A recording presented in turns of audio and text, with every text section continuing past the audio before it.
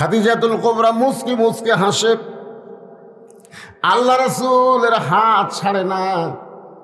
রাসূল বললেন, খাদিজা, আল্লাহর সঙ্গে যে সম্পর্ক গড়ে তুলেছেন, আল্লাহ আপনাকে জান্নাত দেবে, এরপরেও আপনি আমার হাতটা কেন বুকে ধরে আছেন?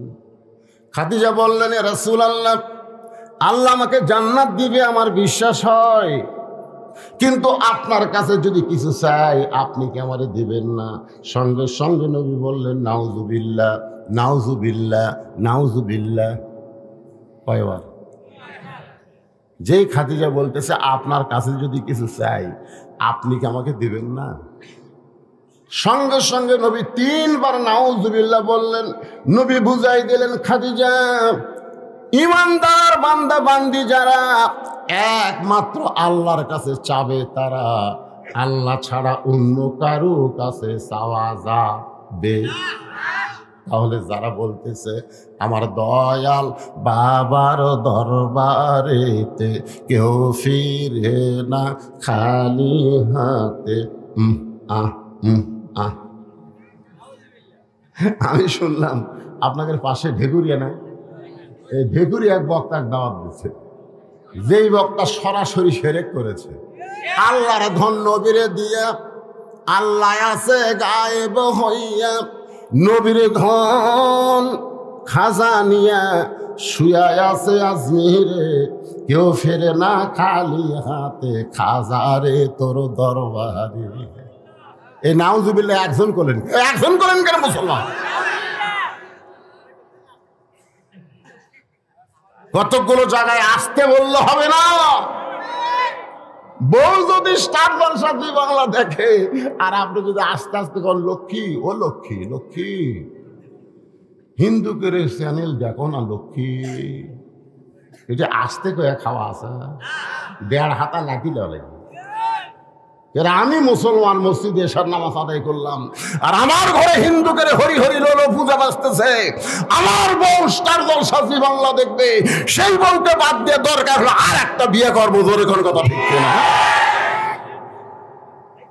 সব জায়গাতে আসতে কথা, কেউ ফেরে না খালি হাতে খাজারে তোর দরবারে, এটি আসতে নাউজুবিল্লাহ করে চলবে? নবী বললেন, নাউজুবিল্লাহ, নাউজুবিল্লাহ, নাউজুবিল্লাহ। খাদিজা বললেন, হুজুর নাউজুবিল্লাহ 3 বার বলার কারণ কি?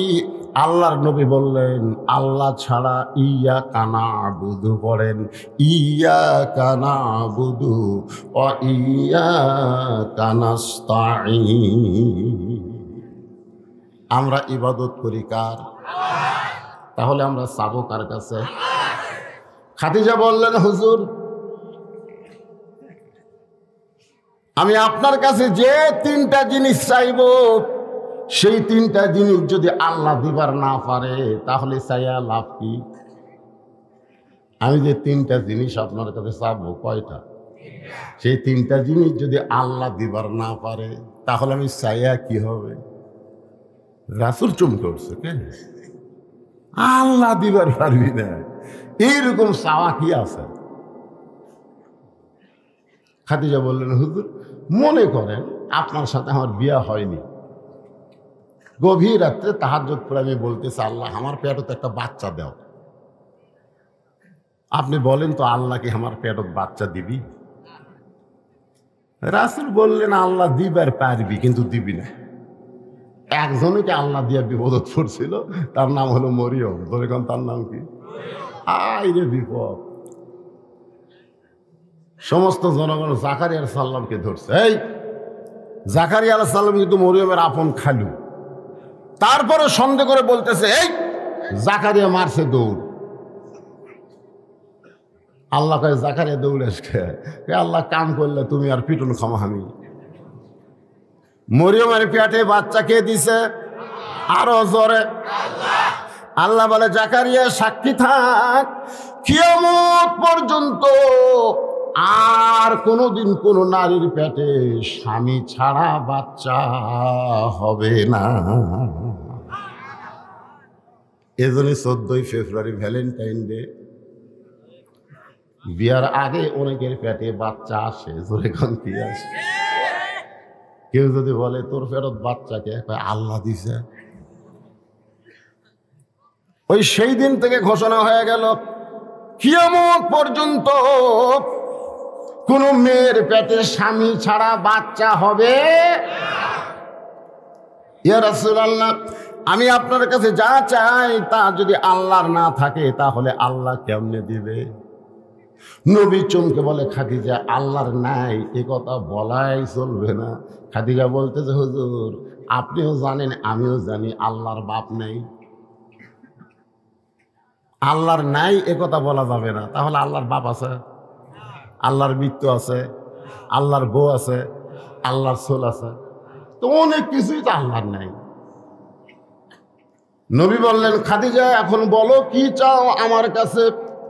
বলে, স্বামী হিসাবে আপনার কাছে আমার 1 নম্বর দাবি হলো, আমি যখন মরে যাব ওই গাড়ে হীরার ভিতরে আপনি যেই জুব্বা পরা অবস্থায় কোরআনের প্রথম 5টা আয়াত নাজিল হয়েছে। কয় আয়াত? 5টা আয়াত। এই কোরআনের প্রথম 5টা আয়াত কিন্তু নাজিল হয়েছে। প্রথম শব্দ হলো ইকরা।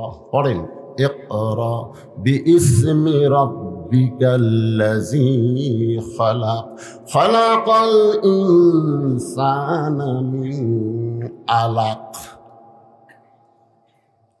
ওই জুব্বাটা আপনি যত্ন করে রাইখা দিছেন, ওই গাড়ে হীরা থেকে আসার পর ওই জুব্বার কোনোদিন আপনি পরেন নাই।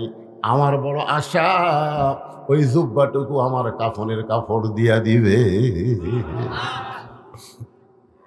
আমার 2 নম্বর চাহিদা হলো, আমি মরে যাওয়ার পর আমার দেহখানা আপনি নিজের হাতে কবরের ঘরে নামায় দিবেন। আমার 3 নম্বর চাও হলো, কবরে মাটি দেওয়ার পরে সবাই যখন চলে যাবে এমন সময় 2টা ফেরেশতা কবরের মধ্যে আল্লাহ পাঠায় দিবে। আমরা কবরে গেলে আমাদের কবরে 2টা ফেরেশতা আসবে। ধরে কোন কয়টা? কি করবি? প্রথম প্রশ্ন হবি, তুই কোন দল? মান রব্বুকা। ফেরেশতা আসিয়া যখন জিজ্ঞাসা করিবে, দিন কি তোমার মাবুদকে, বা তখন কি বলিবে? এই গানটা গাইলে গুনাহ হবে না? এই যুবকের, এই মনির খানের বহু গান গাও, আমাকে হিরো আলমও গান কইলে, তো এই গানটা গাইলে কি গুনাহ হবে? তাহলে আমার সঙ্গে বলো, ফেরেশতা আসিয়া যখন জিজ্ঞাসা করিবে, দিন কি তোমার মাবুদকে, বা তখন কি বলিবে? আল্লাহ বিনে নাই রে মাবুদ। সবাই বলেন, আল্লাহ বিনে নাই রে মাবুদ। জবানে তাই বলো রে বলো মুখে, আল্লাহ রাসূল সবে বলো। মুনকির নাকির 3টা প্রশ্ন করবে, আমি উত্তর দিবার পারবো না, আমার পক্ষ থেকে আপনাকে উত্তর দেওয়া লাগবে। সঙ্গে সঙ্গে নবী খাদিজার কপালে আর একটা চুমাতে বলে, খাদিজা ওই আল্লাহর শপথ করে বলতেছি, আমার আগে যদি আপনার মৃত্যু হয় তাহলে আপনার 3টা চাওয়াই আমি পুরা করব ইনশাআল্লাহ। কি বলছে? না না, তার আগে কি বলছে? আমার আগে যদি আপনার মৃত্যু হয়। এখান থেকে বোঝা গেল কে কখন মরবে এটা আল্লাহর নবীও, কিন্তু হামাকের মধ্যে কিছু লোক জানে না, খাড়া হওয়ার পারে না, ঠিক মতো দাঁড়াবার পারে না, 2জন মাজা ধরে থাকে, তারপরও হাত দিয়ে ডাকে আর খেলা হবি খেলা হবি। জোরে কথা। আরে পাগলা, 5 তলা তুঠে 1.5 লাখ টাকার খাট, 12,000 টাকার কম্বল পৌষ মাসের দিনে পড়ে তামানে দিয়ে কয়, আমার বাড়ি আমার ঘর, আমাকে নামাইকে, আমাকে নামানোর কেউ নাই। 2 কান্দে 2 ফেরেশতাকে আল্লাহ কি কইল? ওই কয় আমার বাড়ি আমার ঘর, আমাকে নামাইকে। এ কথা কি ঠিক? আল্লাহ বলতেছে, একটু ধৈর্য ধর, একটু ধৈর্য ধর, জনগণক নামান লাগবে না। রাত 3টার সময় একটা ভূমিকম্প হচ্ছে। জোরে কর, কি কম্প? ওই এত ফোর্সে নামছে যে কম্বলের মধ্যে লঙ্গি খুলে আছে, ওটাও পড়ার টাইম পাইনি। ফেরেশতাকে আল্লাহ নামায় একই থানায় বেলকুচি, আমি এক সাইডও এক সাইড। আমারই কয় ভাই আপনি কয়টায় উঠবেন? আমি বললাম 10টায় উঠবো। আপনি কয়টায় উঠবেন? ওই 10টার দিকে। পর্দার মোড়ে গিয়ে কিন্তু একসাথে চা খাবো।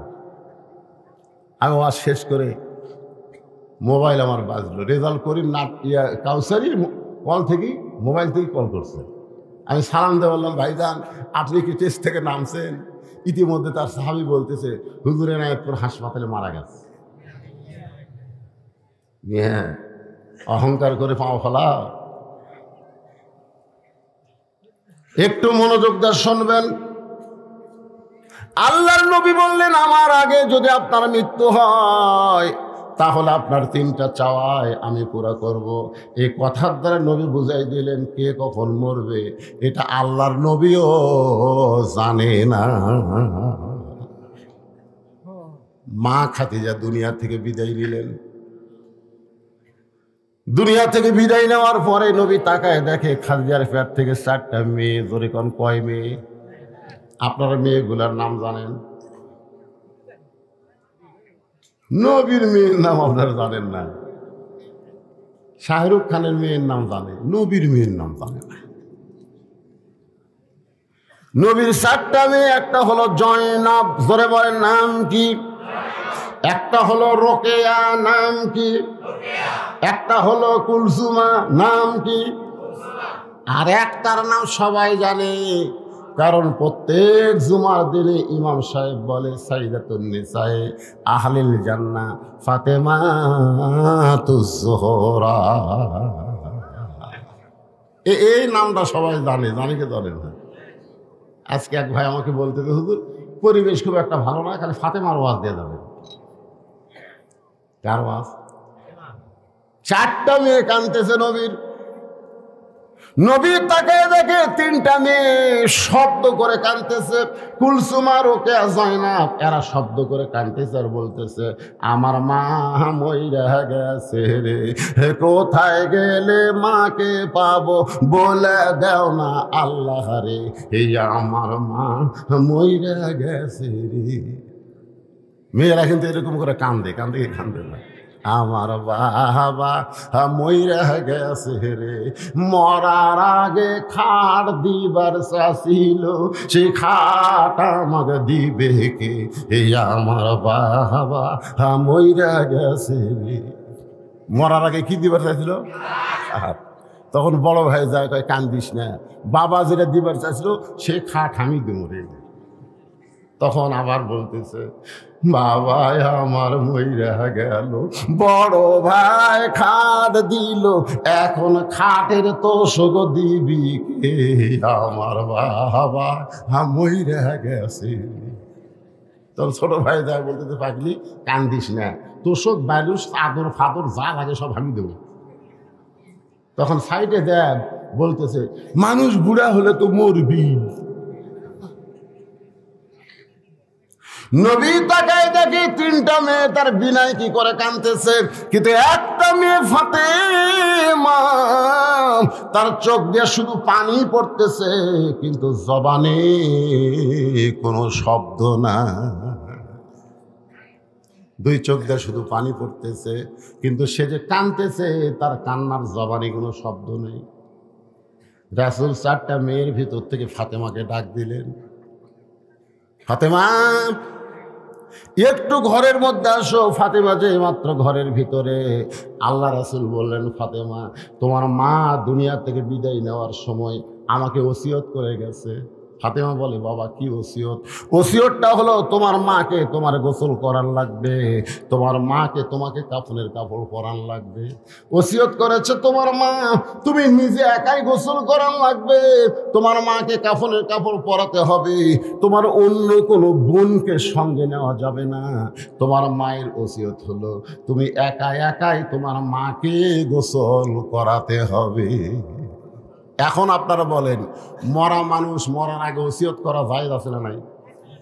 আপনি ওসিয়ত করবেন আমি 5 ওয়াক্ত নামাজ পড়ি, আমি মরার পরে কোনো বেনামাজি আমার কবর যেন না খোঁড়ে। এই জান্নাতুল মাওয়া গোরস্থান তারা তৈরি করছেন, আমি তাদেরকে জোরহাত করে বলতেছি কোনো বেনামাজি যেন কোদাল ধরবার না পারে।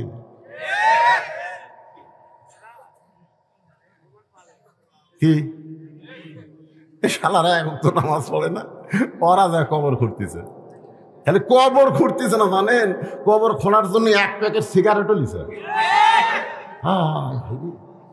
সিগারেট টানতেছে আর কোদাল মারতেছে। ফেরেশতাকে আল্লাহ ই কি পুকুর খুঁড়তেছে না কবর খুঁড়তেছে? হ্যাঁ, একটা কবর খুঁড়তে খুঁড়তে মানুষ আল্লাহর ওলি হয়ে যায়। জোরে কোন কথা ঠিক কিনা? আর এরা কবর খুঁড়তে খুঁড়তে সীমার হয়ে গেল। সীমার। আমি এক জানাজার ইমামতি করছি, ইতিমধ্যে দুইজন তো বলছে, হুজুর আমরা কবর খুললাম আর আমার কোনো বাদ দিয়ে আপনি জানাজা বললেন। আমি কইলাম ভাইজান, মাইকিং করা হয়েছে জোহরের নামাজের পরে জানাজা হবে, তো জোহরের নামাজ হয়ে গেছে, জানাজা করলাম। তোমরা কি জোহরের নামাজ পড়ছো? আমরা জোহরের নামাজ না পড়ি, কিন্তু জানাজা পড়বো। চা পাত খালি জুতা দিয়ে লাত্তি মারা দরকার। জোহরের নামাজ পড়িস নি, তোর কিসের জানাজা? জানাজা হলো ফরজে কিফায়া, সবাইকে আদায় করা লাগবে না। গ্রামের 10 জন জানাজা পড়ে কবর দিলেই জানাজা হয়ে যাবে, কিন্তু 5 ওয়াক্ত নামাজ হলো ফরজে আইন, এটা একজন মুসলমান বাদ দিবার পারবে না। ধরে কোন কথা ঠিক কিনা? আরে ঠিক ঠিক করতেছি, ডুবে গেরা নামাজ ধরা লাগবে কখন? নামাজ ধরা লাগবে কখন রে? বুড়া হলে 7 বছর বয়স থেকে নামাজের তালিম দেওয়া লাগবে, আর 10 বছর থেকে ঘাড় ধরে মসজিদে দিয়ে দেওয়া লাগবে। জোরে জোর কথা ঠিক কিনা? 7 বছর থেকে কেমনে নিয়ত করবি, কেমনে হাত বানবি, কেমনে রুকু করবি, কেমনে সেজদা করবি, এই নামাজের তালিম দেওয়া লাগবে। আর 10 বছরও যাবার না পেলে আর ঘাড় ধরা লাগবে। চ চ, আমি তোর বাপ, আমি নামাজ পড়ি, তুই পড়বি না কেন? জাহান্নামের আগুন থেকে বাঁচতে গেলে শুধু বাবা একলা নামাজ পড়ে বাঁচবে না, তার সন্তানকেও নামাজ ধরাতে হবে। জোরে কোন কথা ঠিক কিনা? আপনি মরার আগে ওসিয়ত করবেন, মসজিদের মুয়াজ্জিন যেন আমাকে গোসল করায় দেয়। আল্লাহ রাসূল বলেছেন, হাসরের ময়দানে একজনের মাথা সবচাইতে আমার উপরে থাকবে। সাহাবীরা বললেন, ইয়া রাসূলুল্লাহ, আপনার মাথার উপরে কার মাথা থাকবে? রাসূল বললেন, সেই ব্যক্তি হলো হযরত বেলাল। হাসরের ময়দানে মুয়াজ্জিনের মাথা আল্লাহ উঁচু করে দিবে। শুধু মুয়াজ্জিনের মাথা উঁচু করবে না, তার মাথায় একটা কুদরতি আল্লাহ নূরের টুপি পরায়া দিবে। তাহলে আপনি মরে গেলে আপনাকে মুয়াজ্জিন গোসল করাবে, এই ওসিয়ত করার দরকার আছে না নাই? দরকার হলে মুয়াজ্জিনকে 5,000 টাকা হাদিয়া দিবেন, যে ভাই কখন যে মরম আমি জানি না, আমি মরে গেলে অন্য কেউ যেন চান্স না পায়, তুই আমাকে গোসল করাবো। ঠিক আছে? এরকম ওসিয়ত করার দরকার আছে না নাই? আল্লাহ রাসূল বললেন, ফাতেমা, তোমার মা তোমাকে ওসিয়ত করেছে, তোমার মাকে গোসল করাতে হবে, তোমার মাকে কাফনের কাপড় পরাতে হবে, তোমার অন্য 3টা বোনকে সঙ্গে নেওয়া যাবে না। মা ফাতেমা মায়ের ওসিয়ত পূরণ করার জন্যে নিজে গিয়া মাকে গোসল করায় দিলেন। গোসল করানো যখন শেষ হয়ে গেছে, এমন সময় ফাতেমা ঘরের মধ্যে ঢুকে বলে, বাবা, এখন আমার মাকে কাফনের কাপড় পরাতে হবে, কাফনের কাপড়ের কি ব্যবস্থা করেছেন? এমন সময় আল্লাহর নবী ওই জুব্বাখানা বের করে ফাতেমার হাতে দেয়। ফাতেমা ছোট বাচ্চার মতন কান্দে। রাসূল বলে, ফাতেমা কান্দো কেন? বলে, কান্দার কারণ হলো আমার মা মরার সঙ্গে সঙ্গে আপনি মাকে ভুলে গেছেন। ও বাবা, দুনিয়ার দোকানে কি নতুন কোনো কাপড় নাই? মক্কার দোকানে কি নতুন কোনো কাপড় নাই? এই নতুন কাপড় না দিয়া এই পুরাতন জুব্বা কেন দিচ্ছেন? ওগো বাবা, আমি মায়ের মুখে শুনেছি, আপনি যখন মক্কার রাখাল ছিলেন, আমার মা তখন মক্কার ধনবতী রমণী ছিল। সুবহানাল্লাহ কন্যা কেন? হ্যাঁ, মক্কার সবচাইতে ধনবতী। একদিন খাদিজা ফাতেমাকে বলতেছে, ফাতেমা, তুমি আমার বিয়ার খবর জানো? তো ফাতেমা মুচকি মুচকি হাসে আর বলে, মা, যখন আপনার বিয়া হয়েছিল তখন আমি কোথায় ছিলাম? খাদিজা বলতেছে, তখন তো তোর জন্মই হয়নি রে। তো জন্ম যদি না হয় তাহলে আপনার বিয়ের খবর কি আপনি জানবো?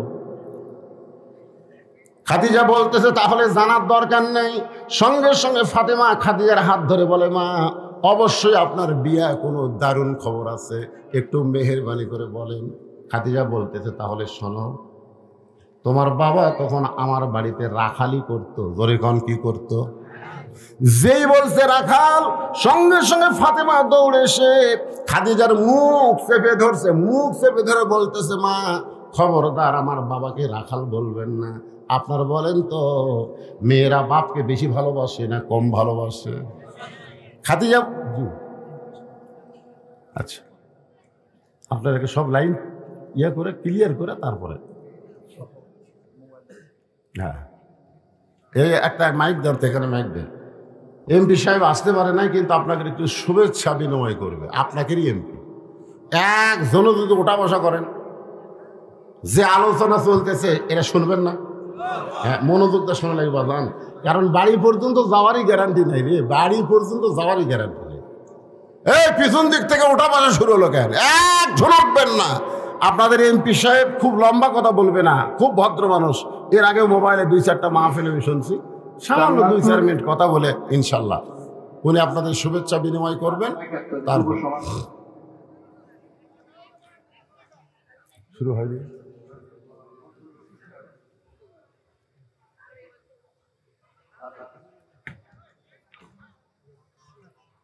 এটি আসে, বিসমিল্লাহির রহমানির রহিম। এখন আপনাদের সম্মুখে বক্তব্য রাখবেন আজকের মাহফিলের প্রধান অতিথি। উনি খুবই চেষ্টা করেছেন এই মাহফিলে থাকার জন্য, কিন্তু ঢাকার ব্যস্ততার কারণে উনি রওনা দিতে একটু দেরি হয়ে গেছেন। তাই আমাদের প্রিয় নেতা, গাজীপুরের মাটি ও মানুষের, আপনাদের সকলের অত্যন্ত প্রিয় মানুষ, সকলের প্রিয় অভিভাবক, জাতীয় সংসদ সদস্য গাজীপুর। কি হলো, যারা ফাঁকা জায়গাগুলো পুরো করে সামনে আসেন, ওরা আবার ফিরে আসবে ইনশাল্লাহ। আপনার সামনের দিকে চলে আসেন। লা ইলাহা ইল্লাল্লাহ, লা ইলাহা ইল্লাল্লাহ, লা ইলাহা ইল্লাল্লাহ মুহাম্মাদুর রাসূলুল্লাহ সাল্লাল্লাহু আলাইহি সাল্লাম। যেই মাত্র মা খাদিজা বলেছেন, তোমার বাবা আমার বাড়িতে রাখালি করত, কি করত? সঙ্গে সঙ্গে ফাতেমা মায়ের মুখ চাইপা ধরে বলতেছে, মা যে কথা একবার বলেছেন ওই কথার 2বার বলেন না। এ কথার দ্বারা বোঝা গেল ছেলেদের চাইতে মেয়েরা বাবাকে বেশি ভালোবাসে। সোনাল্লাহ কর না, কে ভালোবাসে, ছেলে না মেয়ে? আপনাকে তো ছেলে মেয়ে আছে, কিন্তু আমার তো আল্লাহ ছেলে দেয়নি, খালি মেয়ে। তা আমার কাছে মেয়েরা যখন টাকা চায়, জানেন, আমি একটা সামান্য পারিবারিক কথা বলি। আমার মেয়ে 3টা ঘরের মধ্যে ঢুকে ওরা মাথা নিচু করে দাঁড়িয়ে থাকে। আমি বললাম, মা কি খবর? তো বলছে, আপনি যদি বুঝা থাকেন। তা আমি 3 জনকে 300 টাকা দিলাম, দিয়ে বললাম, মা হলো? ওরা চলে যাচ্ছে, মা হলো, সেটা আপনার বিবেচনা। তখন আরও 200 টাকা দেই, ওরা হাসতে হাসতে চলে যায়। আমি আমার ভাইকে বললাম, ভাই তোমার তো ছেলে মেয়ে 2টাই আছে, তো ছেলেরা যখন টাকা চায় তখন কিভাবে চায়? তোমাকে সরাসরি টাকার কথা কয় না, ঘরত এসে খাড়া হয়ে থাকে। তখন আমার ভাই রাগ করে বলতেছে, শালার লাগবে 100 1000। আমি সেই দিনে বুঝলাম ছেলে আর মেয়ে এর মধ্যে তফাৎ আছে না নাই? ধরে কেন আছে না নাই? আপনি মেয়ের বাড়িতে যাবেন, মেয়ের বাবাকে বলতেছি, যাওয়ার পর থেকে আপনার সামনে খাবার দেওয়া শুরু হয়ে যাবে। আপনি যদি হঠাৎ বলেন আজকে আমি বাড়িতে যাব, মেয়েটা সামনে দাঁড়ায় বলবে, মা বাবা একটা রাতের জন্য থাকেন। আপনি যদি বুঝায় বলেন খুবই কাজ আছে, যাওয়াই লাগবে, আপনি যখন বাড়ির দিকে রওনা দেবেন, দেখবেন মেয়েটা কিন্তু আপনার পিছনে পিছনে রাস্তা নেবে। অনেক দূর আসার পরে যদি আপনি বলেন, মা আমি বাড়িতে যাচ্ছি, তুই কেন আমার পিছনে আসতেছিস? মেয়েটা থেমে গেল। অনেক দূর থেকে তাকায় আপনি দেখেন মেয়েটা অন্না দিয়া চোখের পানি মুছতেছে। মেয়েরা বাবাকে এত ভালোবাসে, যার কারণে ফাতেমা মায়ের মুখে হাত দিয়ে বলতেছেন, মা খবরদার আমার বাবাকে রাখাল বলবেন না। আরে পাগলি, বিয়ার খবর যদি শুনতে চাস তাহলে জবান আটকে দিলে আমি কেমনি বলবো? ফাতেমা মুখের হাত যখন টান দেয়, এমন সময় খাদিজা বলতেছে, তোমার বাবা যখন আমার বাড়িতে রাখালি করত, ওই সময় আমি একদিন বেলকনিতে বসে দাসীকে নিয়ে আমার খেদমত করে নিচ্ছি। এমন সময় হঠাৎ দেখতে পাই আমার হাজার হাজার উটদুম্বা বাদ দিয়া রাখালগুলো ঘরের মধ্যে আরাম করতেছে। আমি রাখালের সর্দারকে ডাকতে বললাম, রাখালের সর্দার, আজকে দুপুর বেলায় উটদুম্বা মাঠে ময়দানে তুমি ঘরের মধ্যে আরাম করো, তোমার আরো রাখালগুলো ঘরে আরাম করতেছে, ব্যাপার কি? রাখালের সর্দার বলে, মালকিন আপনি জানেন না, আমরা ভাগ্যগুণে এমন একটা রাখাল পেয়েছি যে রাখাল চাকরিতে জয়েন করার পরে আপনার উট দুম্বাগুলো সব বাধ্য হয়ে গেছে। রাখাল যদি বলে খাও, উটদুম্বা খায়। রাখাল যদি বলে চলো, উটদুম্বা রাস্তা নেই। খাদিজা বলতেছে, রে রাখালের সর্দার, এমন গাঁজাখুরি গল্প কেমনে করো? জন্তু জানোয়ার কোনোদিন মানুষ রাখালের বাধ্য হতে পারে না। রাখালের সর্দার বলে, বিশ্বাস যদি না হয় আপনি তদন্ত করতে পারেন। খাদিজা বলে, ফাতেমা, আমি রাখালের সর্দারের কথা মতো তদন্ত করতে গিয়া দেখি রোদের তাপে পাথর পুড়ে গন্ধ আসতেছে, বালু পোড়া গন্ধ পাওয়া যায়, কিন্তু তোমার বাবা রাখালের মাথায় কে যেন একটা ছাতা ধরে আছে, তোমার বাবার মাথার উপরে রোদের কোনো চিহ্ন না। আমি খাদিজা আশ্চর্য হয়ে গেলাম, কে ছাতা ধরল রাখালের মাথায়? একটু কাছে গিয়া দেখি এক খণ্ড মেঘ তোমার বাবার মাথার উপরে দাঁড়িয়ে আছে। তোমার বাবা যেই দিকে যায় মেঘটাও সেই দিকে যায়। আমি আশ্চর্য হয়ে আরো নিকটে গিয়া তোমার বাবার মুখের দিকে তাকায় দেখি, এটা কেমন মানুষ রে? মানুষ কেমনে এত সুন্দর হয়? 400 রোজ গ্রহ তারা, তারি নূরেরই সারা, নলে যে অন্ধকারে ডুবিত এই ধরনী। সবাই বলেন নবী মোর পরশমণি, বলেন নবী মোর সোনার খনি, নবী নাম ভাবে যে জন সেই তো দোজা হানের ধ্বনি।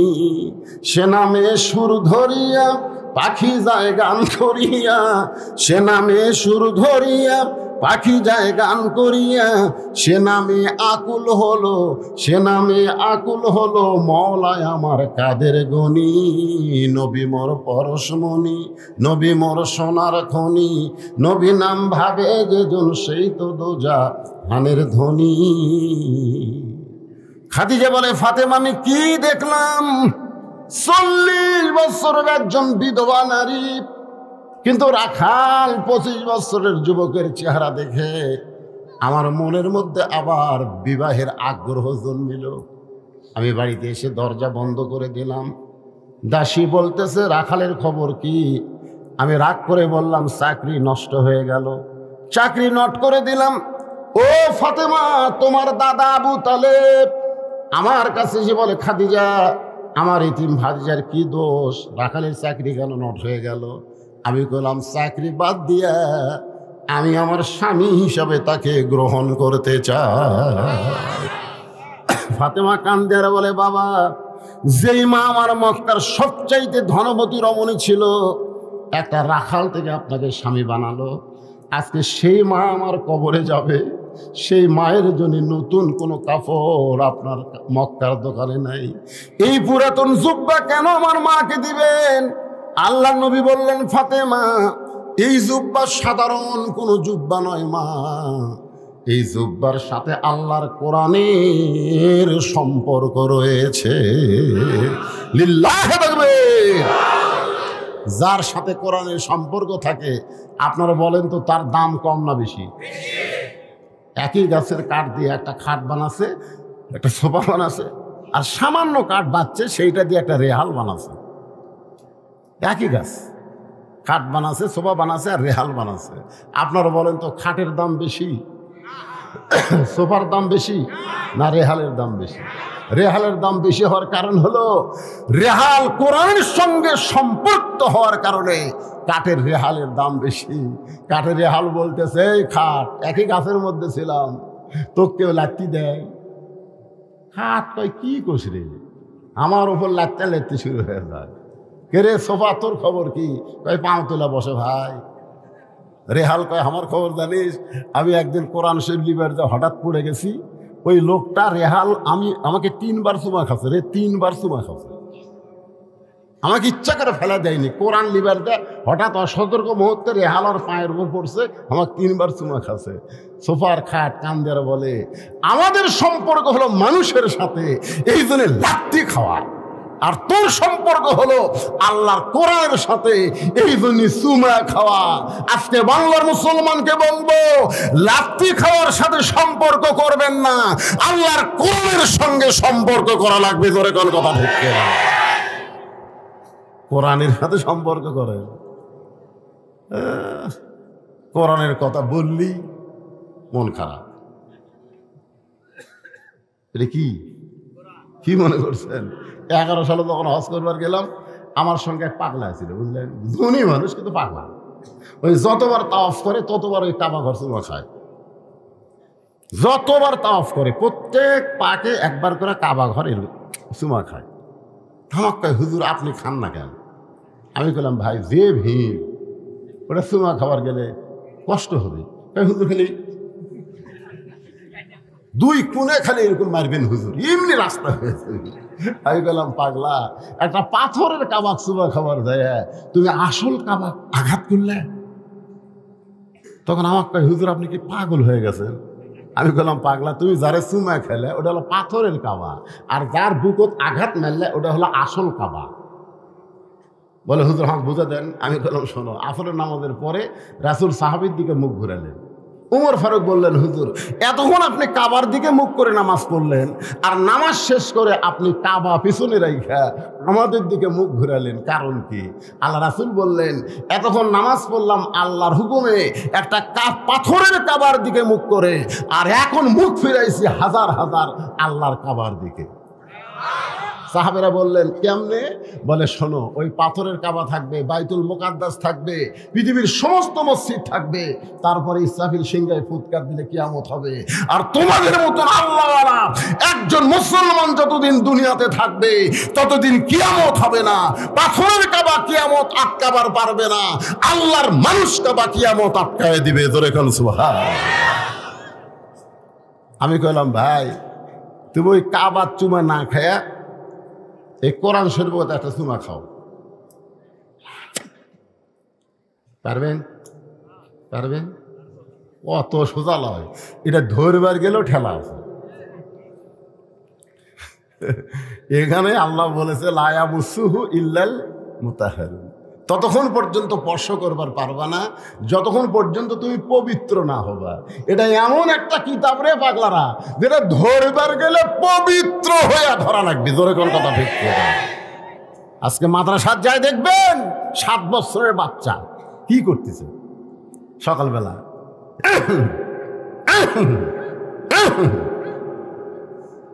আমি খেলাম কে কাশিস খেয়ে নিংড়াচ্ছি, হুজুর পেশাব আটকে আছে তো কাছাকাছি নিংড়াচ্ছি, পানি খরচ করে উজু করতেছে। আমি বললাম, এই পৌষ মাসে উজু করতেছিস পানি খরচ করে? আপনি জানেন না আমরা কোরআন শরীফ পড়ি, ওটা ধরবার গেলে শরীর পবিত্র থাকা লাগে হুজুর। আর ক্লাস 2 এর ছাত্র হাফ প্যান্ট করে এক ধার দিয়ে মাল বাড়ি করে দিছে, দিয়ে খাড়া হয়ে মারতেছে, খাড়া হয়ে বসে দিছে। আমি গেলাম, কেন পাগলা, পেশাব কেমনে করা লাগে তোর স্যার তো শিখাইনি, তুই তো খাড়া হয়ে পেশাব করিস? কয়, কি যখন চাষা প্রাইমারি পেশাবখানার যায় দেখি আমার সারই খাড়া হয়ে করে, ওর সারই খাড়া হয়ে মারে, একদম বাগডম ঘোলাডম সাজে ঢাকঢোল লোক গাদর বাজে। এই মিথ্যা শিক্ষা দিবার গেলে পবিত্র হওয়া লাগে কেন পাগলা? খাড়া হয়ে মত। আর এইটা ধরবার গেলে ঠেলা আছে না নাই? জোরে খান, আছে না নাই? একবার কোরআনকে চুমা দেন, কারণ কাবা ঘরের কোনো পাওয়ার নাই। নবী যখন হিজরত করে মদিনায়, মক্কা বিজয়ের পরে কাবা ঘরের দরজা খুলে দেখে 360টা মূর্তি কাবার ভিতরে। এখান থেকে প্রমাণ হলো কাবার কোনো পাওয়ার নাই, কিন্তু আল্লাহর কোরআনের পাওয়ার আছে। পৃথিবীর যত বড় শক্তিশালী হোক, এই কোরআনে একটা আয়াত পরিবর্তন করতে পারবে না, একটা নোক্তা, একটা জবর ঢুকাতে পারবে না। জোরে কোন কথা ঠিক কিনা? আড়াই কত বড় মরদ হয়েছে, কাবার মধ্যে মূর্তি ঢুকছে, আর মধ্যে ঢুকে তো ওইটা চুমা না খায়, এই দেখা। আল্লাহর কোরআন সুমা খা, পড়বার না পালিস সুমা খা। সুমা খাওয়ার উসিলায় আল্লাহ তাআলার কোরআন তোর জন্য সুপারিশ করবে। জোরে কর কথা ঠিক কি? তাহলে কোরআনের সঙ্গে যার সম্পর্ক তার দাম কম না বেশি? আল্লাহ রাসূল বললেন, ফাতেমা এই জুব্বা সাধারণ কোনো জুব্বা নয় মা, এই জুব্বার সঙ্গে আল্লাহর কোরআনের সম্পর্ক আছে। এই জুব্বা আমি দেইনি, তোমার মা এই জুব্বা আমার কাছে চেয়েছে। সঙ্গে সঙ্গে ফাতেমা ওই জুব্বাখানা নিয়ে মাকে পরাতে গেলেন। মা খাদিজাকে জুব্বাখানা পরানোর জন্য রওনা দিলেন। নবী আমার পিছনে পিছনে, আর ফাতেমা সামনে সামনে। সুবহানাল্লাহ। আল্লাহ কোরআনে বলেছেন, আমার নবী যখন হাঁটবে নবীর সামনে কেউ যাবার পারবে না। কিন্তু ফাতেমা যখন হাঁটতেছে নবী ইচ্ছা করে ফাতেমার পিছনে হাঁটতেছে। কি জন্যে? নবী যখন হাঁটবে, আল্লাহ কোরআনে বলেছে আমার নবী যখন হাঁটবে নবীর সামনে কেউ যাবার পারবে না। কোরআনে আছে না নাই? নবী যখন কথা বলবে নবীর মুখের উপর কথা কেউ বলতে পারবে না। কিন্তু যখন মা খাদিজাকে কাফনের কাপড় ফাতেমা পরাতে যাচ্ছে, ফাতেমার সামনে সামনে, নবী পিছনে পিছনে হাঁটতেছে। জোরে কোন সুবহানাল্লাহ। কারণ মাকে যিনি কাপড় পরাবার যাচ্ছে তিনি হলেন আবার নবীর মা। জোরে কোন সুবহানাল্লাহ। অনেকেই বলবেন, হুজুর এ গাঁজা করে গল্প করেন কেন? আমরা জানি না ফাতেমা নবীর কে হয়। ফাতেমা নবীর কে হয় আমরা জানি না। আপনারা জানলে হবে না। নবী নিজে বলেছে, আমার নিজের চোখে দেখা ফাতেমা হলো আমার মা। জোরে কোন সুবহানাল্লাহ। আমার নিজের চোখে আমি দেখেছি। ফাতেমা মা খাদিজার ঘরের মধ্যে ঢুকলেন, নবী দরজায় দাঁড়িয়ে থাকলেন। নবী দরজায় দাঁড়িয়ে থাকলেন আর ফাতেমা মায়ের ঘরের মধ্যে ঢুকলেন। কাফন পরানোর পরে যেই মাত্র ফাতেমা দরজা খোলে, নবী তাকায় দেখে ফাতেমা মুস্কি মুস্কি হাসতেছে। রাসূল চমকে গিয়ে বলে, ফাতেমা তুমি কানতে কানতে ঢুকলে জুব্বা নিয়া, আর তোমার মাকে কাফনের কাপড় পরায় হাসতে হাসতে দরজা খুললে। ফাতেমা বলে, বাবা কানতে কানতে ঢুকলাম এটাও আপনি জানেন, হাসতে হাসতে দরজা খুললাম এটাও আপনি জানেন। আল্লাহ রাসূল বলে, ফাতেমা তুমি কানতে কানতে ঢুকলে আমি জানি, কারণ মাকে তার মেয়ে কাফনের কাপড় পরাবে, কানতে কানতে ঢুকবে এটা আমি জানি। কিন্তু হাসতে হাসতে তুমি দরজা খুললা এটা আমি নবী জানি না। সুবহানাল্লাহ কবেন না? অনেক বেদাতেরা কয় না নবী গায়েব জানে। নবী গায়েব জানে। নবী যদি গায়েব জানে তাহলে মা আয়েশার গলার হাড় যখন হেরে গেল, হ্যাঁ কে লিছে কি খবর সব নবী মুনাফিক এই মিথ্যা কথা কইস করে। কিন্তু না, নবী কথা বিশ্বাস করে আয়েশাকে ভিন্ন ঘরে রেখে দিল। ইফকের ঘটনা পুরাপুরি পড়লে বিশ্বাস হবে নবী গায়েব জানে না। নবী বলেছেন আমি জানি না, আল্লাহ জানাইলে আমি জানি। ধরে কোন কথা ঠিক? আমরা মাগরিব এবং ফজরের নামাজের পরে পড়ি, আপনারা পড়েন কিনা? হুয়াল্লাহুল্লাযী পড়েন, হুয়াল্লাহুল্লাযী লা ইলাহা ইল্লাহু আলিমুল গায়বি ওয়াশ শাহাদাতি হুয়ার রাহমানুর রহিম। এই আয়াতের মাধ্যমে আপনি কি বুঝাইলেন? গায়েবের মালিককে। আরো জোরে। আপনাদের পাইকারতুলি এলাকায় এরকম কিছু ভণ্ড নাই? আর বাবা বলে গায়েব জানে। বাবা একটু মনোযোগ দিয়ে শুনবেন। আল্লাহ রাসূল বললেন, ফাতেমা কানতে কানতে তুমি ঢুকলে এটা আমি জানি। কি জন্য জানি? কারণ মেয়ে তার মাকে কাফনের কাপড় পরাবে, অবশ্যই কানবে। ধরে কোন ঠিক কিনা? কিন্তু হাসতে হাসতে দরজা খুললে এটা আমি জানি না। ফাতেমা বলে, বাবা আপনি যদি জানতে চান তাহলে আপনি বসেন। সুবহানাল্লাহ। বাবা কি জন্য হাসতে হাসতে দরজা খুললাম এটা যদি আপনি জানতে চান তাহলে আপনি বসেন। আপনি এখন শ্রোতা আর আমি ফাতেমা হব বক্তা। কে রে সুবহানাল্লাহ জোরে কর না কেন? ফাতেমা কি বলতেছে? আপনি বসেন। হাসতে হাসতে দরজা খুললাম কেন? জানেন না তো বসেন। এখন ফাতেমা বলবে কি জন্য হাসতে হাসতে দরজা খুললো, নবী শুনবে। আচ্ছা আপনারা যারা এখানে বসে আছেন আপনারা শুনবেন না? কি জন্য ফাতেমা হাসতে হাসতে দরজা খুললো? নবী শোনার জন্য বসেছে রে। আর নবীর উম্মতেরা আপনারা কি বসে থাকবেন? কারা কারা শুনবেন? দুই হাত তুলে আমার আল্লাহ দেখান তো দেখি। লীল এই পিছনে যারা খাড়া হতো তোমরা হাত তুলো, তোলো। কেন ওটা হাত সাদাটা হাত তুল না কেন?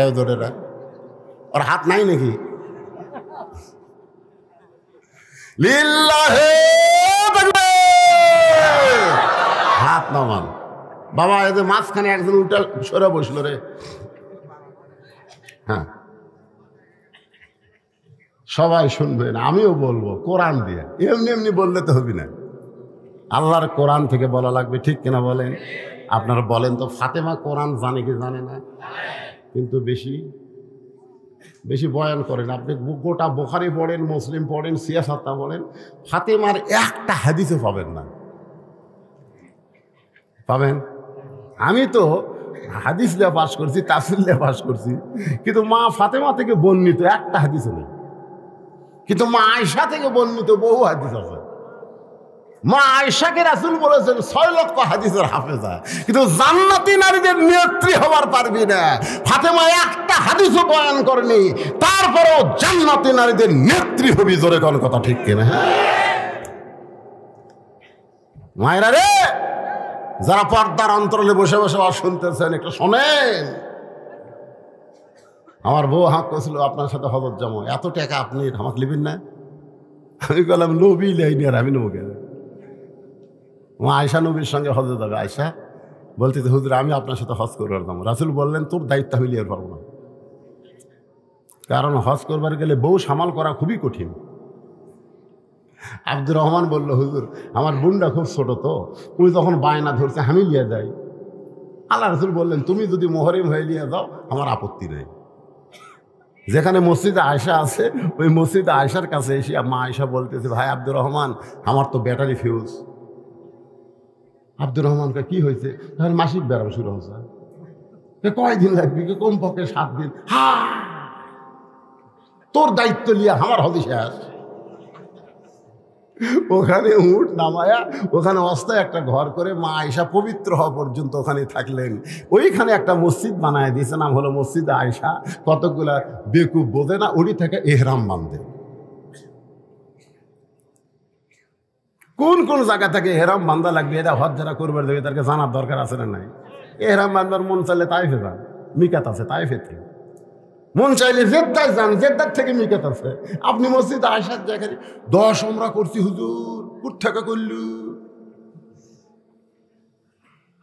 হজ করেনি? আপনি আয়েশার থেকে করছেন?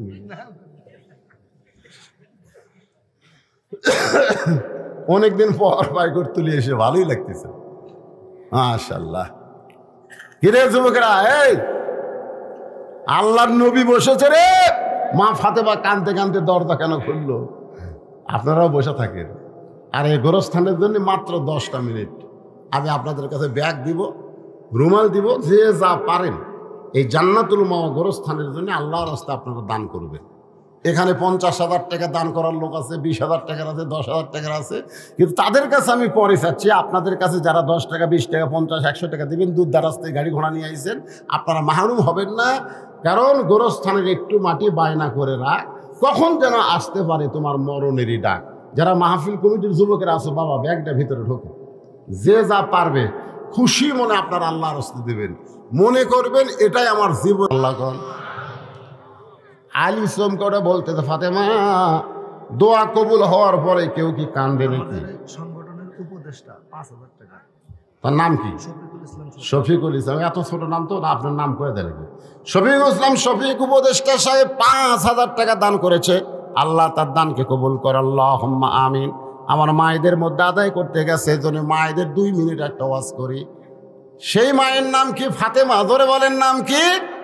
ফাতেমা। আলী বলতেছে দোয়া কবুল হয়েছে, তা কান্দো কেন?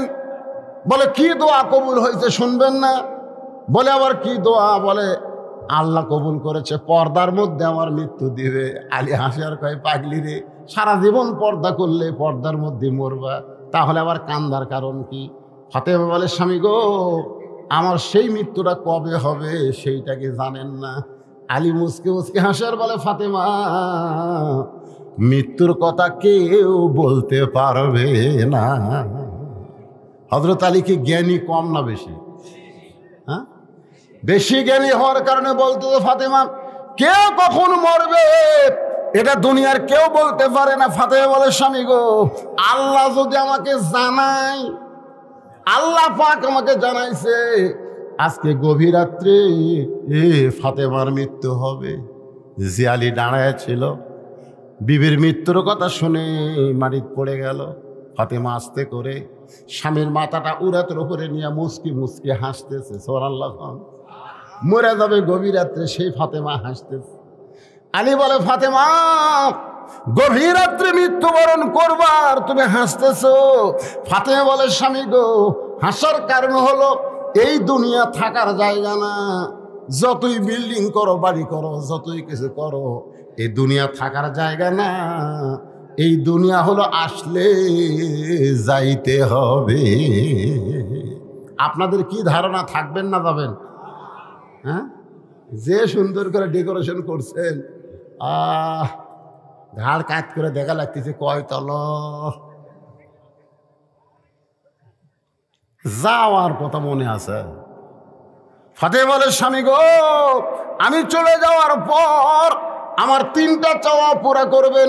1 নম্বর চাওয়া হলো গভীর রাত্রে আমাকে দাফন করবেন। আমি রাত্রেবেলা মরবো, দিনের বেলা কবর দিলে আমার পর্দার খেলাফ হয়ে যাবে। সুবহানাল্লাহ। 2 নম্বর চাওয়া হলো আমার লাশটা কোনো জানাজার ব্যবস্থা করবেন না, কারণ আমি জানি স্বামীর দোয়াই বইয়ের জন্য যথেষ্ট।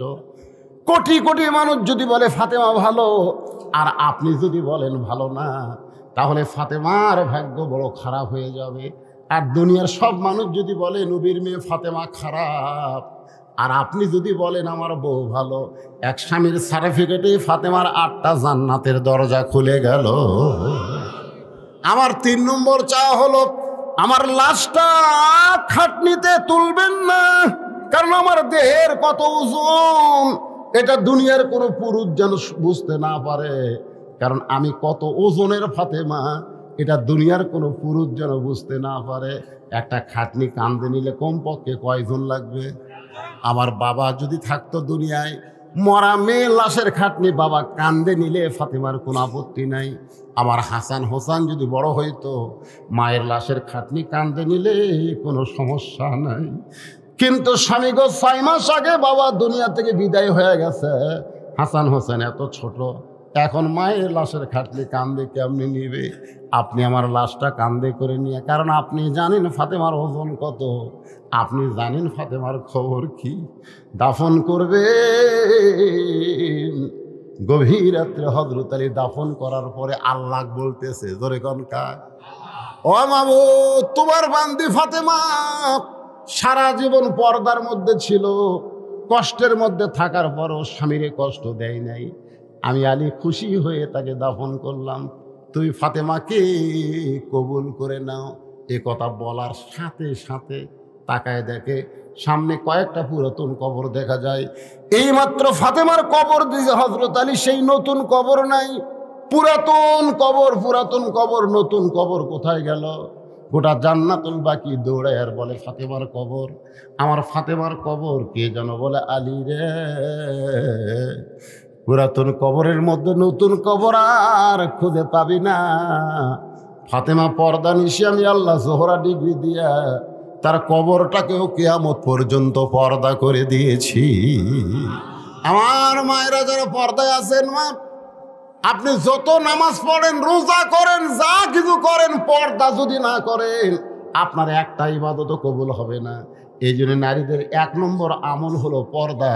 নারীদেরকে পর্দার মধ্যে থাকার কথা আল্লাহ কোরআনে বলেছেন, অকরনা ফি বুয়ুতিকুন্না ওয়ালা তাবাররাজনা তাবাররুজাল জাহিলিয়াতিল উলা।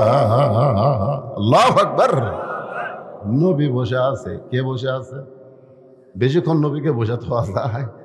নবী বসে আছেন, ফাতেমা বলতেছে, ও বাবা, আপনার ওই গারে হীরার জুব্বা, ওই কোরআন নাজিলের জুব্বাটা আমার মাকে পরাতে গেলাম, দরজা বন্ধ করে দিলেন। আমার মাকে জুব্বাখানা পরাতে গেলাম। ইয়ানজুরু বিনূরিল্লাহ ইত্তাকু ফিরাসাতাল মুমিনিনা ইয়ানজুরু বিনূরিল্লাহ। ফাতেমা বলতেছে, আমি নূরের চোখে তাকায় দেখি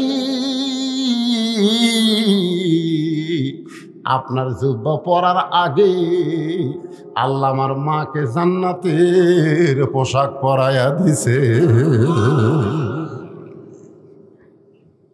যেই বলেছে আয়ানজুরু বিনূরিল্লাহ, আমি নূরের চোখে দেখি আপনার এই গারে হীরার কোরআন নাজিলের জুব্বা পরানোর আগে আল্লাহ আমার মার শরীরে জান্নাতের পোশাক পরায় দিছে।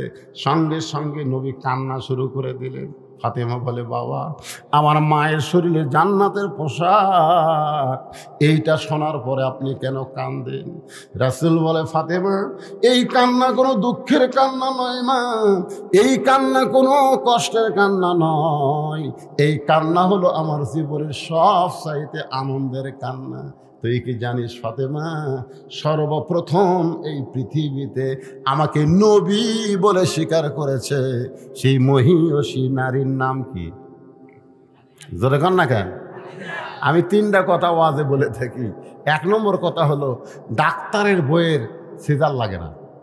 এ যত সিজার চলতেছে, কোনো ডাক্তার তার বউকে সিজার করায় না। কি কারণে জানেন? সিজার করলে বাচ্চার ক্ষতি, মায়ের ক্ষতি। আর একটা কথা হলো, মৌলানাদের বাড়িতে কোনোদিন মিলাদ হয় না। যারা মৌলভী, এরকে বাড়িতে কোনোদিন মিলাদ হয় না। ওরা পরের বাড়িতে পড়ায়, কিন্তু নিজের বাড়িতে হয় না। আর একটা সত্যি কথা হলো, পীরের বউ মুরিদ হয় না। কার বউ? পীরের বউ। কারণ পীরের বউ জানে আমার পীর মাঝে মধ্যে মুরিদের বইয়ের দিকে চোখ টেরা করে তাকায়, এই লুচ্চার হাতে মুরিদ কে হইল। কিন্তু নবীর হাতে সর্বপ্রথম তার বিবি ঈমান গ্রহণ করেছে। এখান থেকে প্রমাণ হলো, পীর ধরা, ও ধরা, বাবা ধরা একটাও ধরা চলবে না। ধরতে হবে লাকাদ কানা লাকুম ফি রাসূলিল্লাহি উসওয়াতুন হাসানা। জোরে বলেন কথা ঠিক কিনা? আমার নবীর বাইরেও যেমন, ভিতরেও তেমন।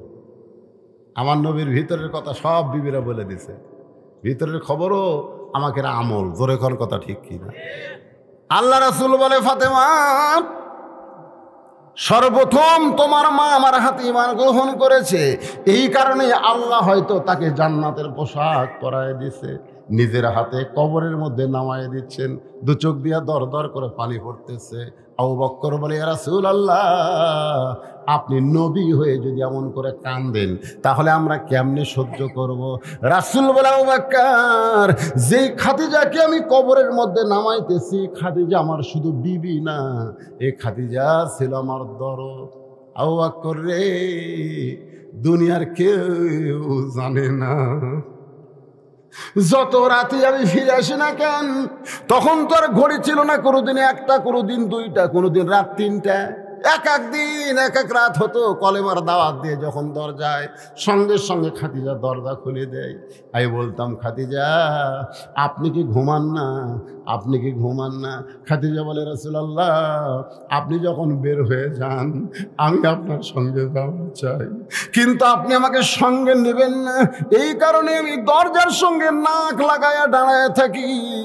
আপনি যখন আসেন আপনার দেহের সুগন্ধ মিশকাম্বর, আমি সঙ্গে সঙ্গে দরজা খুলে দেই। রাসূল খাদিজাকে বুকে নিয়ে বলে, খাদিজা আপনি কি তাহলে ঘুমাবেন না? খাদিজা বলে, নবী গো, যেদিন আমার মরণ হবে সেদিন আপনাকে ছাড়া আমি ঘুমায়া যাব। রাসূল বলে, সাহাবীরা রে, আমার খাদিজা আমি না ঘুমাইলে কোনোদিন ঘুমাই না। আজকে সেই খাদিজাকে কবরে রাইখা দিলাম। কবরে মাটি দেওয়ার পরে সবাই যখন চলে যায়, আল্লাহর নবী খাদিজার কবর থেকে নড়েন না। ঘন্টার পর ঘন্টা কবরের পাশে দাঁড়ায় থাকেন। মুনকির নাকিরের 3টা প্রশ্নের উত্তর খাদিজা দিবার পারবে না, খাদিজার পক্ষে আল্লাহর নবী দিবে। আল্লাহ ডাক দিল, হাবিব আপনি কতক্ষণ দাঁড়িয়ে থাকবেন? বলে যতক্ষণ মুনকির নাকির আপনি না পাঠাবেন। আল্লাহ ডাক দেয়, বলে নবী গো, খাদিজার কবরে মুনকির নাকির গেলেও কোনো অসুবিধা নাই, না গেলেও কোনো সমস্যা নাই। জোরে কোন সুবহানাল্লাহ। আপনারা যারা বসে আছেন, কবরে যখন আপনারা যাবেন, প্রথম প্রশ্ন করবে মান রব্বুকা। যেই প্রশ্ন করবে মান রব্বুকা, সঙ্গে সঙ্গে নামাজ দাঁড়িয়ে যাবে। আপনার ঘুম ভাঙবে না। আপনি ওই যে ঘুমাছেন মৃত্যুর সময়, আপনি কিন্তু মরেন নাই, আপনি ঘুমায় গেছেন। সুবহানাল্লাহ খান। আপনার ঘুম ভাঙতে দেওয়া হবে না। নামাজ দাঁড়িয়ে বলবে, রে মুনকির নাকির, কাকে রব সম্পর্কে প্রশ্ন করতেছিস? যে মসজিদের মধ্যে গিয়া নামাজের নিয়ত করার পরেই বলতো আলহামদুলিল্লাহি রব্বিল আলামিন, যে রুকুতে গিয়ে বলতো সুবহান রব্বিল আযীম, যে সেজদায় গিয়ে সুবহান রব্বিল আলা বলে, রব রব বলে 50 বছর ধরে এই বান্দা নামাজ পড়েছে,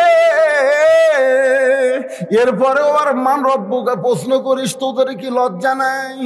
মুনকির নাকির বলবে, আল্লাহ তোমার কবরের বান্দাকে মান রব্বুকে প্রশ্ন করার সাথে সাথে নামাজ যে খেপা খেপছে, আমরা এখন করব কি? আল্লাহ কয়, মুনকির নাকির রে, আমার যেই বান্দার নামাজ নিয়ে কবরে আইছে, ওই বান্দার রবের উত্তর হয়ে গেছে। যারা নামাজ ছাড়া কবরে যাবি, নামাজ ছাড়া যারা যাবি, ওদের একটা গান নাই, যদি ফুলগুলো হাই অভিমানে ঝরে যায়, আমি মালা গেথে বলো কারে পরাবো, সে যে কেন এলো না, কিছু ভালো লাগে না, কবরে আসুক তরে হিয়া। যা কবর যা, আছে না নাই? এই যুবকেরা, মাগরিবের সাক্ষী করছো জানি না, ফজর থেকে বাকি জীবনে একটা ওয়াক্ত নামাজ আর বাদ দিও না। আল্লাহ তাআলা অতীতে যত নামাজ পড়ো নাই, নামাজ না পড়ার সব গুণ আল্লাহ মাফ করে দিবে। জোরে কোন কথা ঠিক কিনা? যখন 2 নম্বর প্রশ্ন করবে, অমা দিনুকা, তোমার দিন কি? আপনার ঘুম ভাঙবে না তো? আপনার ঘুম ভাঙবার দিবে না। মান সাআলাল্লাহু তাআলা আশ-শাহাদাতা বিসিদকিন বাল্লাগাহুল্লাহু মানাজিলাশ শুহাদা ওয়া ইম্মা তাআলা ফিরাশিহি, রাওয়াহুল বুখারী কিতাবুল মাগাজি। আপনি ঘুমায়ে থাকবেন, ইসলামী আন্দোলন, আপনি কোরআন বিজয়ের দল করছেন, ওই দল খাড়া হয়ে বলবে, এই মুনকির নাকির, কাকে দিন সম্পর্কে প্রশ্ন করতেছিস? এই বাংলাদেশে দিন প্রচার করার জন্য জেলত গেছে।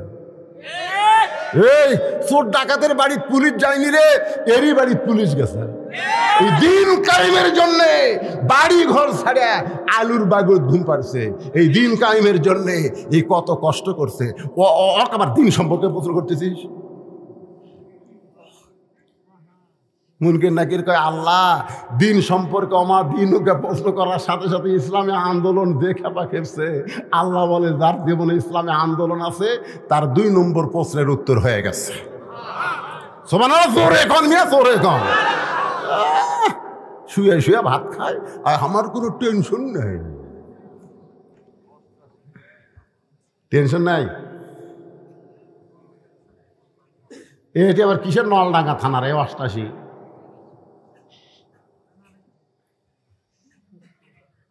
মনে মনে কষ্ট পাচ্ছেন? 3 নম্বর প্রশ্ন হবে, অমান নাবিউকা, তোমার নবী কে?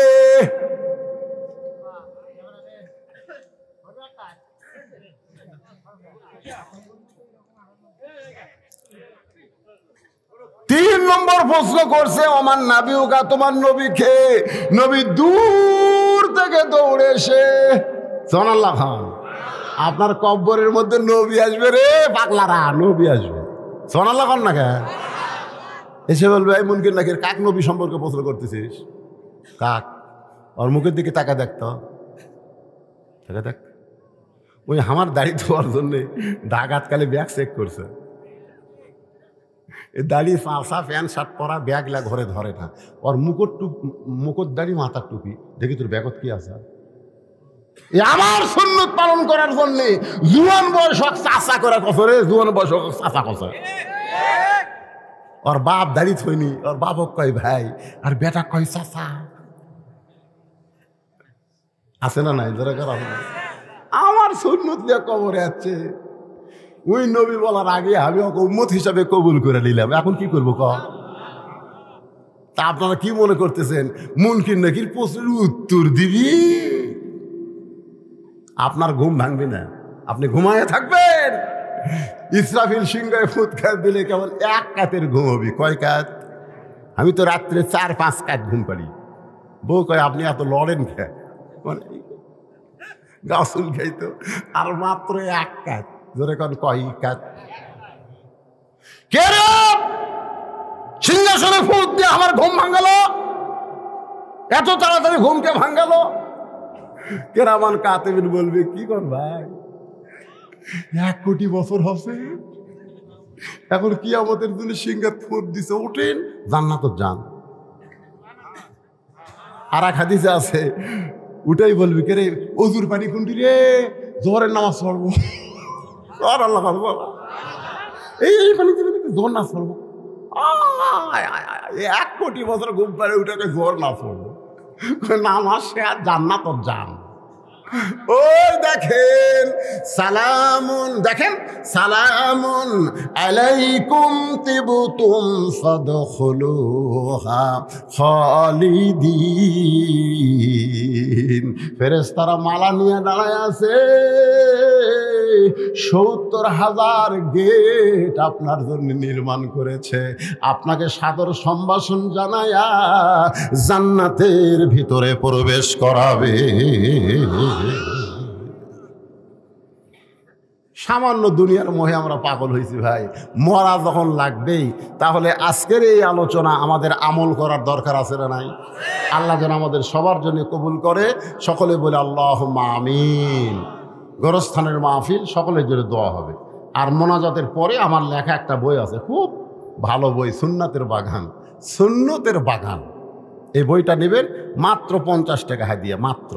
আর যে টাকাটা আপনারা দিবেন এই টাকা আমার পকেটে একটাও যাবে না, সম্পূর্ণ টাকা আমার এতিমখানার পিছনে খরচ হয়, এতিমদের দেওয়া। এটা বইয়ে নেওয়া মানে একটা দান করা, এই বই কিনা মানে একটা দান করা, মাদ্রাসায় দান করার মতো। তো খালি খালি টাকা চাই কী হবে, বিনিময়ে সুন্নাতের বাগান একটা বই নেবেন, বই নিয়ে আপনারা যাবেন, পড়বেন। আমার জন্য আমি সকলের জন্য দোয়া করি। এখন দোয়া করে দেবো। জি কি কয় এ পাগলারা নাকি রে? কি করবেন কর?